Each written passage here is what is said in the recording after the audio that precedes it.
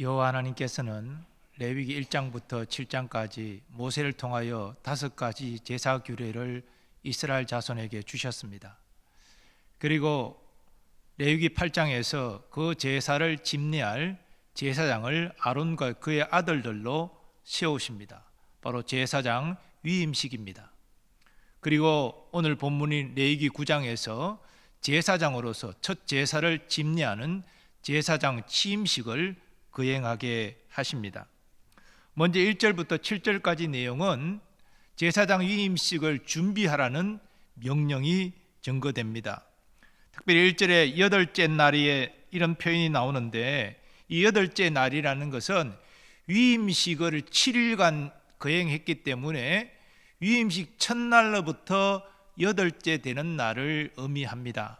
그러니까 제사장 위임식이 마쳐진 그 다음 날을 의미합니다.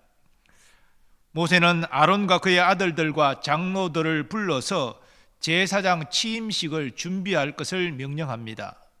모세가 임의로 이 명령을 한 것은 아니고 여호와 하나님의 명령을 받아서 재차 아론과 그의 아들들 그리고 장로에게 명한 것입니다. 그 구체적인 내용을 보면 흠 없는 송아지를 취하여 아론과 그 아들들을 위해 준비하여 속죄제를 드리라는 것입니다. 그리고 흠 없는 순양을 취하여 아론과 그 아들들을 위한 번제를 드리라는 것입니다. 이어서 모세는 아론에게 이스라엘 자손에게 다음과 같이 준비하도록 말할 것을 명령합니다. 너희는 속죄제를 위하여 순염소를 가져오고 또 번제를 위하여 1년 되는 흠없는 송아지와 어린 양을 가져오고 또 화목제를 위하여 여호와 앞에 드릴 숫소와 순양을 가져오고 또 기름 섞은 소제물을 가져오라 하라.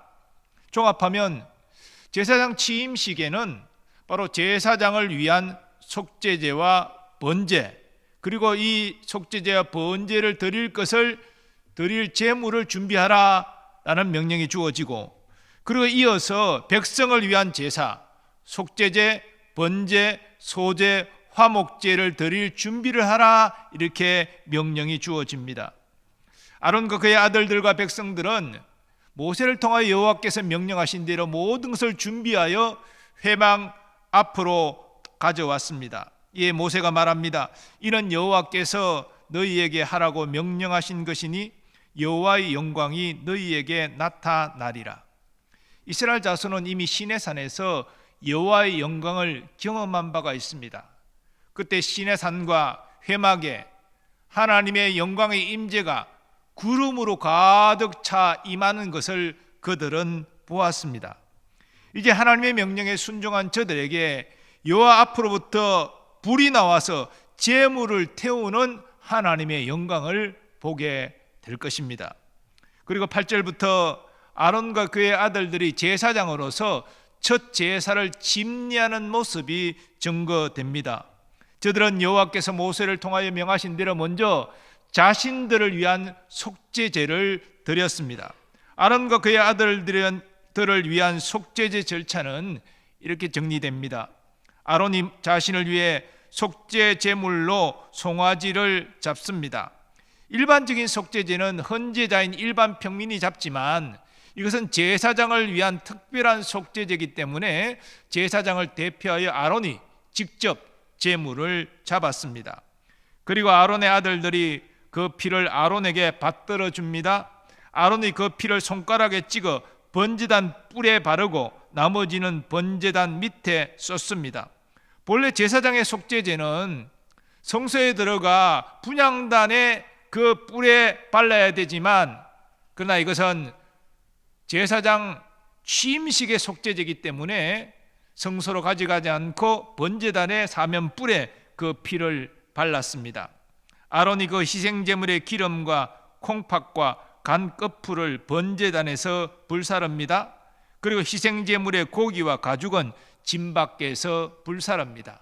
본래 속죄제, 성소로 들어가지 않은 그런 제물은 제사장 몫으로 돌려지지만 이것은 제사장을 위한 속죄제이기 때문에 제사장이 먹을 수 없습니다.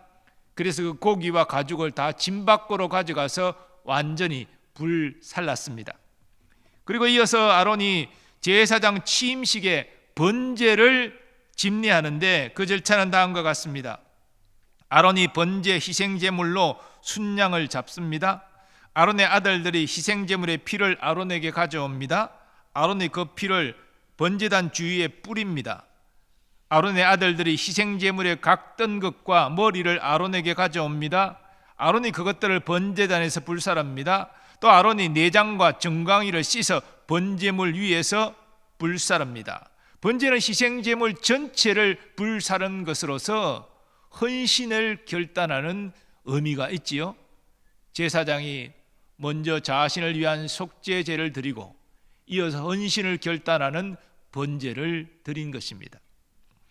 아론이 제사장 취임식을 위한 속죄제와 번제, 곧 제사장을 위한 속죄제 번제를 드리고 난 다음에 이제 백성을 위한 제사를 드립니다. 그 절차 과정은 이렇게 요약됩니다. 아론이 염소를 잡아 속죄제를 드립니다. 또 아론이 번제를 규례대로 드립니다. 이 번제물도 염소인 것으로 보여집니다. 그리고 소제를 드리는데 소제물 한 웅큼을 취하여 아침 번제물에 더하여 번제단 위에서 불살합니다. 그리고 아론이 숫소와 순양을 잡아 화목제를 드립니다. 아론이 그 피를 번제단 위에 뿌리고 제단의 모든 기름을 단 위에서 불살합니다. 가슴과 우편 뒷다리는 요 앞에 요제로 흔들어 드립니다. 이렇게 아론이 대제사장으로서 자신을 비롯한 제사장들을 위한 속죄제와 번제를 드리고 이어서 백성을 위한 속죄제, 번제, 소제, 화목제를 드림으로 제사장 취임식이 마쳐지게 됩니다. 아마도 오늘 본문에 이 취임식 제사가 다 드려진 이후에 아론이 백성들을 향하여 손을 들어 축복하였다라고 증거하고 있는데 바로 번제단 위에서 축복했을 것입니다. 그런데 제사장 취임식이 다 끝난 이후에 모세가 아론과 더불어서 성막으로 들어갔다 나오는 기록이 있습니다. 왜 그랬을까요? 사실 이 성막 안에 성소는 제사장들만이 들어갈 수 있는 것이고 그 안에 지성소는 1년에 딱 한 차례 대속죄일에 대제사장의 옷을 입고 속죄의 피를 가지고 들어갈 수 있습니다. 근데 어찌 된 게 모세가 아론을 데리고 그 성소, 더 나아가 지성소로 들어갔는지는 모르겠습니다만 어쨌든 그곳으로 들어갔을까요? 사실 여러분, 제사장이 세워지기 전에 이스라엘과 하나님 사이의 이 중개 역할을 담당한 자는 모세였습니다. 그러니까 제사장이 세워지기 전에는 사실은 이 제사장 역할을 모세가 감당했다는 것입니다. 그래서 제사장 위임식을 주관하는 사람도 모세요. 그 제사장 위임식의 제사를 집례한 사람도 모세였습니다. 그러므로 이제는 모세가 자신이 이전에 감당했던 이 제사장의 역할을 이제 아론이 제사장으로 세워졌기 때문에 하나님 앞에서 아론에게 인계하는 의식을 진행했을 것으로 학자들은 봅니다. 그리고 또 모세는 하나님께 기도했을 것입니다. 하나님, 이제 이 제사장의 역할을 아론과 그의 아들들이 하게 되었는데 하나님 특별히 대제사장으로서 아론에게 은혜를 주시사 이 대제사장의 사명을 잘 감당할 수 있도록 도와주옵소서. 그렇게 기도했을 것입니다. 이러한 이해가 옳은 것은 성막에서 나온 모세와 아론이 백성에게 축복했을 때 여호와의 영광이 온 백성에게 나타난 사실을 통해서 확인할 수 있습니다. 불이 여호와 앞에서 나와 제단 위에 번제물과 기름을 사른지라 온 백성이 이를 보고 소리 지르며 엎드렸더라. 바로 제사장으로서 아론을 인정하시고 그리고 아론의 첫 제사를 기뻐 받으셨기에 이와 같이 하나님께서 불로 번제물을 사름으로 응답하셨다는 것입니다. 본문의 제사장 취임식에 관한 말씀은 오늘날 교회와 우리에게 주는 영적 메시지가 있습니다. 여러분과 저는 예수 믿는 순간 제사장, 영적 제사장으로 세워졌습니다. 그리고 우리는 바로 우리 자신이 교회입니다. 믿는 자의 모임 자체가 교회 아닙니까? 우리가 바로 교회라는 것이지요. 그러므로 우리가 본문의 메시지에 주의하고 순종할 때에 이스라엘 자손에게 하나님의 영광이 나타났던 것처럼 우리에게도 하나님의 영광이 나타난다는 것입니다. 이스라엘 자손이 복을 받은 것처럼 우리도 하나님의 복을 받게 된다는 것입니다. 그러면 제사장 취임식이 우리에게 주는 영적 메시지는 무엇입니까? 여러 가지를 생각할 수 있겠지만 이 시간은 세 가지로 정리해서 우리에게 적용하고자 합니다. 먼저 하나님은 교회의 지도자들이 성도들에게 신앙의 본을 보이라 말씀하십니다. 하나님은 모세를 통해서 아론과 그의 아들들에게 분명히 명령하셨습니다. 너희가 제사를 처음 집례할 때에 바로 너희 자신을 위한 속죄제와 번제를 드림으로 이스라엘 자손에게 모범을 보이라라고 말씀하십니다. 즉 너희가 속죄제와 번제를 드리는 것을 이스라엘 자손이 보고 너희들처럼 그들도 속죄제와 번제를 드릴지니라 라고 말씀하고 계신 것이죠. 그래서 아론과 그의 아들들은 제사장 직무를 감당할 때 여호와의 명령에 따라서 자신들을 위한 속죄제와 번제를 먼저 드려야 했습니다. 그것도 하나님이 명하신 규례에 따라서 정확하게 드려야 했습니다. 이것이 본을 보이는 것이죠. 그리고 이스라엘 자손이 그 본을 따라서 속죄제와 번제와 이제 제사를 하나님께 드린 것입니다. 예수님께서도 제자들을 양육하실 때 본을 보이심으로 양육하셨습니다. 공생애 동안 예수님께서 한 행동을 자세히 지켜본 저들, 예수님이 사람들에게 복음을 전하는 것을 보고 저들도 사람들에게 복음을 전했습니다. 예수님이 병자를 치유하시는 것을 보고 저들도 따라서 병자를 위하여 기도해서 병을 고쳤습니다. 귀신을 떠나가게 했습니다. 더 나아가 유월절 만찬 중에 예수님은 식사하던 자리에서 일어나셔서 수건으로 허리를 동이시고 대야에 물을 떠서 선수 제자들의 발을 씻겨주심으로 본을 보이셨습니다. 그리고 제자들에게 이렇게 말씀하십니다. 내가 주와 또는 선생이 되어 너의 발을 씻었으니 너희도 서로 발을 씻어주는 것이 옳으니라. 내가 너희에게 행한 것 같이 너희도 행하게 하려 하여 본을 보였노라. 베드로 사도는 예수님이 고난받으신 것도 제자들에게 본을 보이신 것이다 라고 증거합니다. 그리스도도 너희를 위하여 고난을 받으사 너희에게 본을 끼쳐 그 자취를 따라오게 하려 하셨느니라. 예수님이 주와 복음을 위하여 고난받았으니 너희도 예수님을 본받아 주와 복음을 위하여 고난당하는 것이 마땅하다는 이야기지요. 하나님은 모든 주의 백성이 거룩하고 성결하기를 원하지만 특별히 교회의 영적 지도자들이 성결하고 거룩하기를 원하십니다. 정결하고 거룩한 지도자만이 하나님께 온전한 헌신을 할 수 있고 그리고 성도들을 바른 길로 인도할 수 있기 때문입니다. 그런데 안타깝게도 교회마다 항전 직분자가 되면 성도들에게 신앙의 본을 보이는데 유의하고 집중하기보다 성도들의 행동을 판단하고 지적하는 일에 익숙해집니다. 그러나 예수님께서는 다른 사람을 판단하지 말고 비난하지 말라. 네가 판단하고 비난하면 그 기준으로 너도 다른 사람의 판단과 비난을 받게 될 것이다 라고 말씀하셨습니다. 그러므로 교회 영적 지도자들은 두렵고 떨림으로 먼저 자기 자신을 성찰해야 됩니다.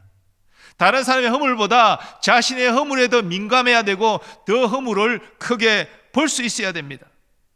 하나님은 그렇게 하나님 앞에 정결하고 거룩하게 서고자 몸부림치는 지도자를 사랑하십니다.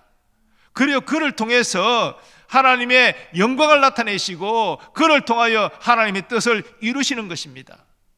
우리가 모두 하나님 앞에 믿음으로 바라서야 되지만 특별히 하나님께서 교회에 세운 영적 지도자들에게 이런 신앙의 본을 보일 것을 당부하고 계시다는 사실을 오늘 말씀을 통하여 유의하고 교회 영적 지도자일수록 더욱더 자신을 잘 두렵고 떨림으로 살펴서 성도들에게 신앙의 본을 보일 수 있도록 노력하는 지도자가 되시기를 축복합니다.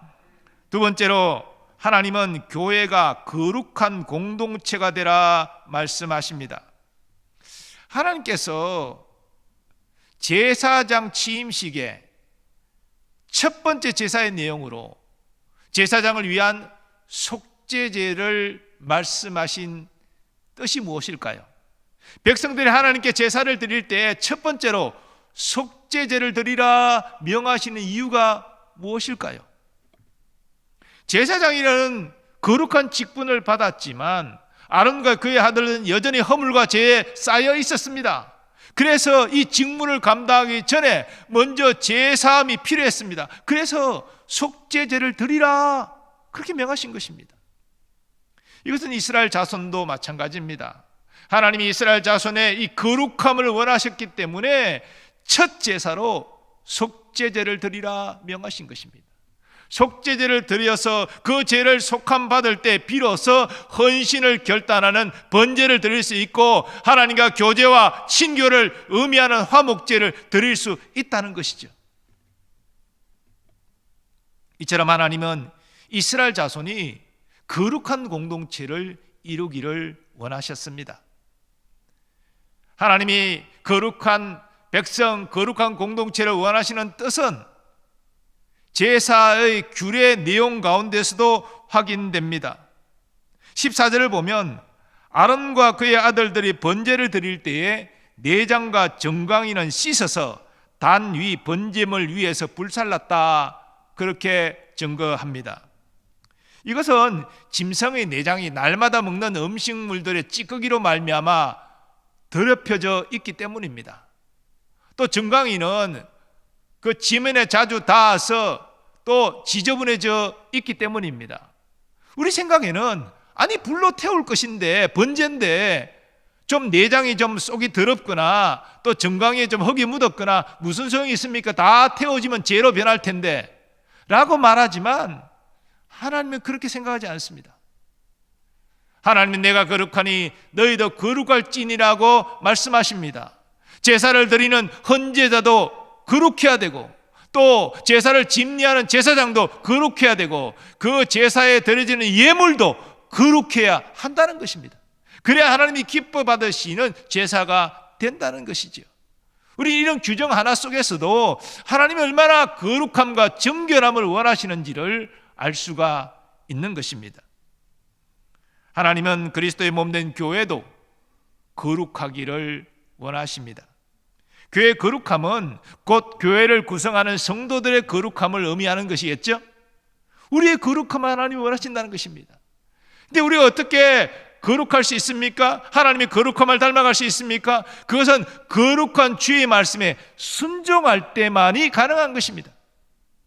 우리는 이미 예수님을 구주로 믿을 때 거룩한 신분이 되었습니다. 하나님의 아들, 딸이 거룩한 신분 아닙니까? 그러나 하나님은 우리의 신분의 거룩함만을 원하시는 것이 아닙니다. 우리의 삶의 거룩함을 또한 원하십니다. 우리의 삶 속에서 세상과 구별되는 거룩한 모습이 나타나기를 원하십니다. 그것은 오직 우리가 주의 말씀에 순종할 때만이 가능한 것입니다. 아무리 신분이 거룩해도 주의 말씀을 따라 살지 않는다면 우리는 거룩한 성도가 될 수 없고 거룩한 교회를 이룰 수가 없는 것이지요. 하나님의 말씀은 이 세상에 속한 것을 사랑하지 말라 말씀하십니다. 육신의 정욕, 안목의 정욕, 이생의 자랑, 하나님께로부터 온 것이 아니라 세상으로부터 온 것이니까 이런 것들을 사모하고 사랑하고 추구하지 말라라고 말씀하십니다. 또 예수님은 하나님과 재물을 겸하여 섬길 수 없다 그렇게 말씀하십니다. 오히려 예수님은 하나님 나라와 하나님의 의를 먼저 구할 것을 또한 말씀하셨습니다. 사도 바울은 그리스도라는 지식을 위하여 세상에 속한 것들을 배설물같이 여겼다, 그렇게 고백합니다. 그리고 우리에게 성령의 감동으로 이렇게 권고합니다. 그러므로 형제들아, 내가 하나님의 모든 자비하심으로 너희를 권하노니 너희 몸을 하나님이 기뻐하시는 거룩한 산 제물로 드리라. 이는 너희가 드릴 영적 예배니라. 너희는 이 세대를 본받지 말고 오직 마음을 새롭게 함으로 변화를 받아 하나님의 선하시고 기뻐하시고 온전하신 뜻이 무엇인지 분별하도록 하라. 여러분, 하나님이 선하시고 기뻐하시고 온전하신 뜻을 분별해야 우리가 하나님의 뜻대로 말씀대로 행할 수 있습니다. 그것이 성도의 거룩함이고, 그런 성도의 거룩함이 모아질 때에 교회의 거룩함이 나타나는 것입니다. 교회가 뭐 본당을 깨끗하게 청소하고 그런다고 교회가 거룩해지는 게 아니에요. 교회를 구성하는 성도들이 거룩해져야 교회가 거룩해지는 것입니다. 하나님은 이 시대에 특별히 이 거룩함을 요구하십니다.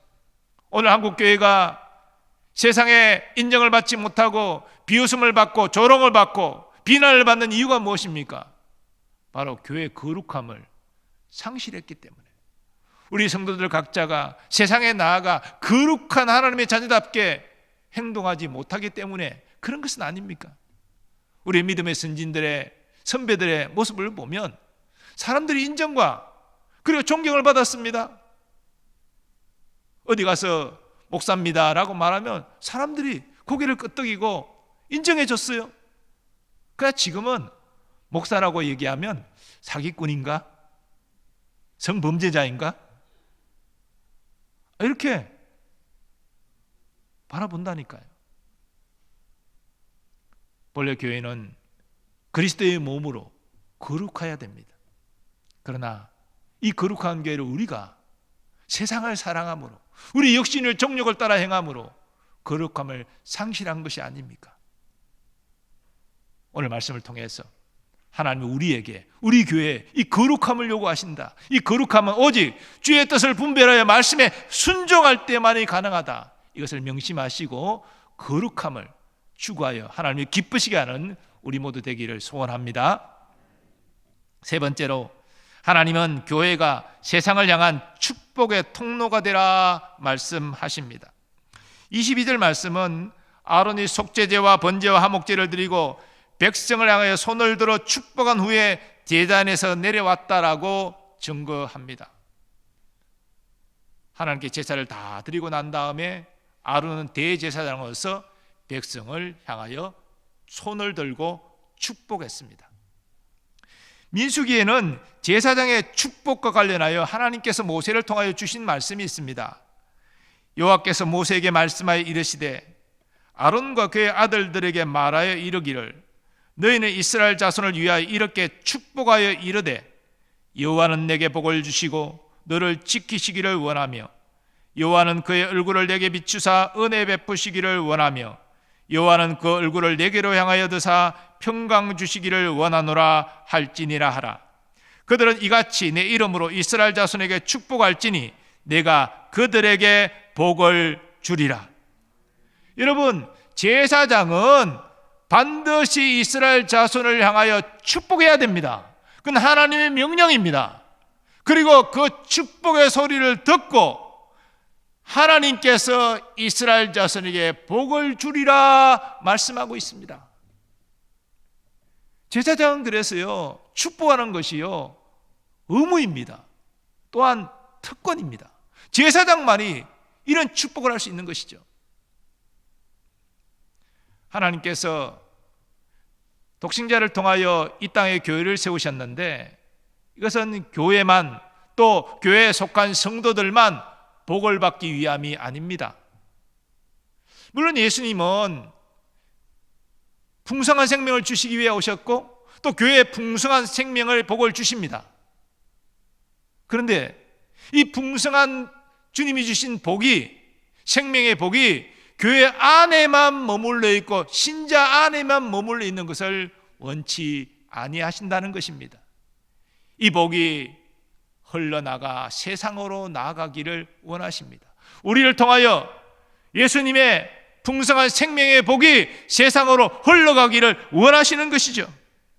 사실 이 세상에는 지금은 예수 믿지 않지만 하나님이 예정하신 하나님의 백성들이 있습니다. 그들에게 복음을 전하고 그들에게 예수 전하여 그들을 예수님께로 인도하는 것이 우리의 사명 아닙니까? 그것이 바로 우리에게 임한 이 생명의 풍성한 복이 그들에게 흘러가서 그들이 하나님께로 예수님께로 나와서 그 복을 받고 누리게 되는 것입니다.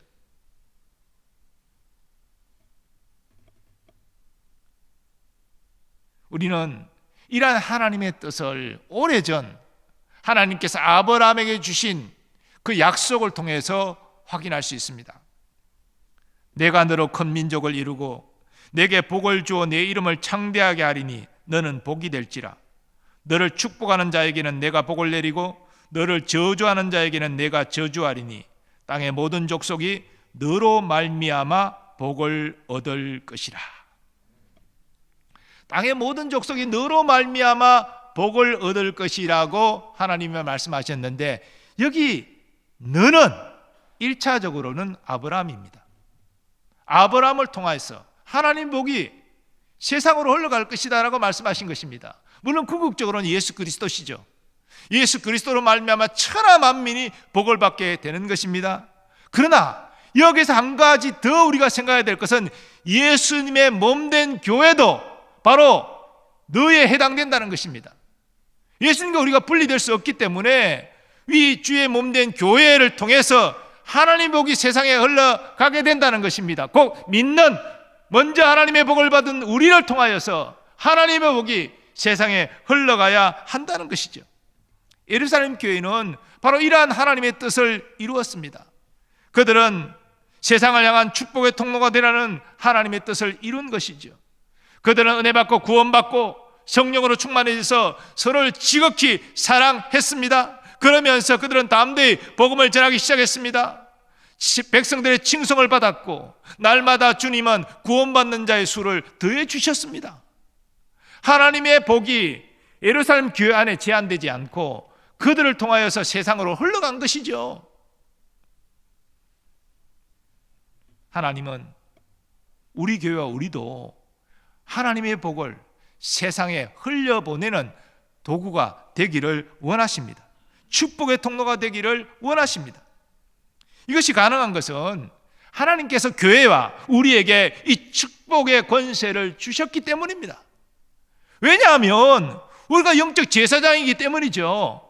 제사장의 축복 기도문은 구약시대는 아론과 그의 아들들 제사장만이 할 수 있는 특권이었지만 신약시대는 예수 믿는 우리가 다 영적 제사장이기 때문에 이 축복의 권세를 우리가 받은 것이죠.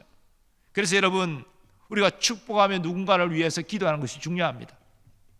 우리가 믿음으로 축복하고 기도하면 우리의 축복 기도를 하나님이 들으시고 오늘 말씀처럼 복을 주시는 거예요.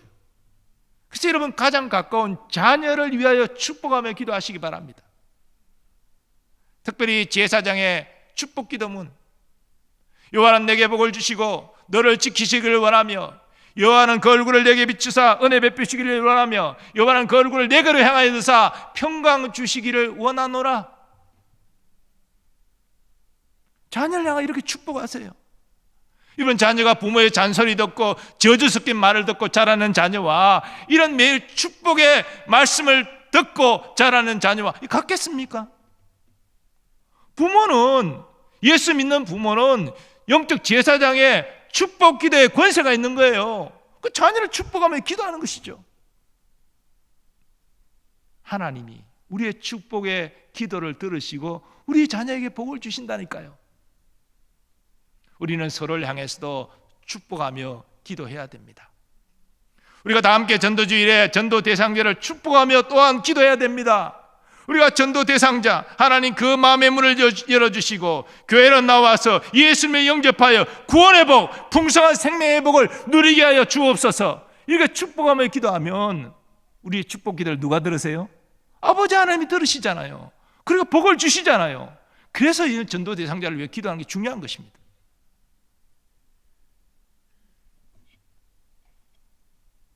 우리는 모두 왕 같은 제사장들입니다. 예수 믿을 때 우리는 왕 같은 영적 제사장이 되었습니다. 그러므로 우리는 필연적으로 세상과 구별되는 거룩함을 추구해야 됩니다. 하나님의 말씀을 따라 살려고 몸부림쳐야 됩니다. 이것은 우리를 향한 하나님의 뜻입니다. 특별히 교회 지도자일수록 더욱더 근신하고 절제하고 믿음의 본을 보여야 됩니다. 그리고 이것을 통해서 우리는 세상을 향한 축복의 통로가 되어야 됩니다. 나를 통하여서 하나님 복이 믿지 않는 가족과 직장 동료와 친구와 이웃에게 흘러가야 됩니다. 우리는 축복하며 기도할 때 하나님이 우리의 기도를 들으시고 복을 주시는 것이죠. 믿음의 사람 아브라함을 통해서 많은 사람이 복을 받고 예수님을 통하여 천하 만민이 복을 받은 것처럼 우리를 통해서 영적 제사장인 우리의 순종과 축복 기도를 통해서 많은 사람이 하나님의 복을 받기를 간절히 소원합니다. 그렇게 하나님께 쓰임받는 영적 제사장 여러분 되시기를 예수님의 이름으로 축원합니다. 아버지 하나님, 말씀을 통하여서 우리에게 주시는 귀한 교훈 다시 한번 되새기면서 세상과 구별되는 거룩함을 순종을 통하여 추구하게 하시고, 그리고 교회의 영적 지도자일수록 더욱 신앙의 모범을 보이도록 힘쓰게 하시며, 하나님의 복을 받은 우리가 세상을 향한 축복의 통로로 쓰임받게 하여 주옵소서. 이를 통하여 하나님께 영광 돌리고 많은 사람이 주님께로 나와 생명이 풍성한 복을 누리게 하여 주옵소서. 예수님의 존귀하신 이름으로 기원하옵나이다. 아멘.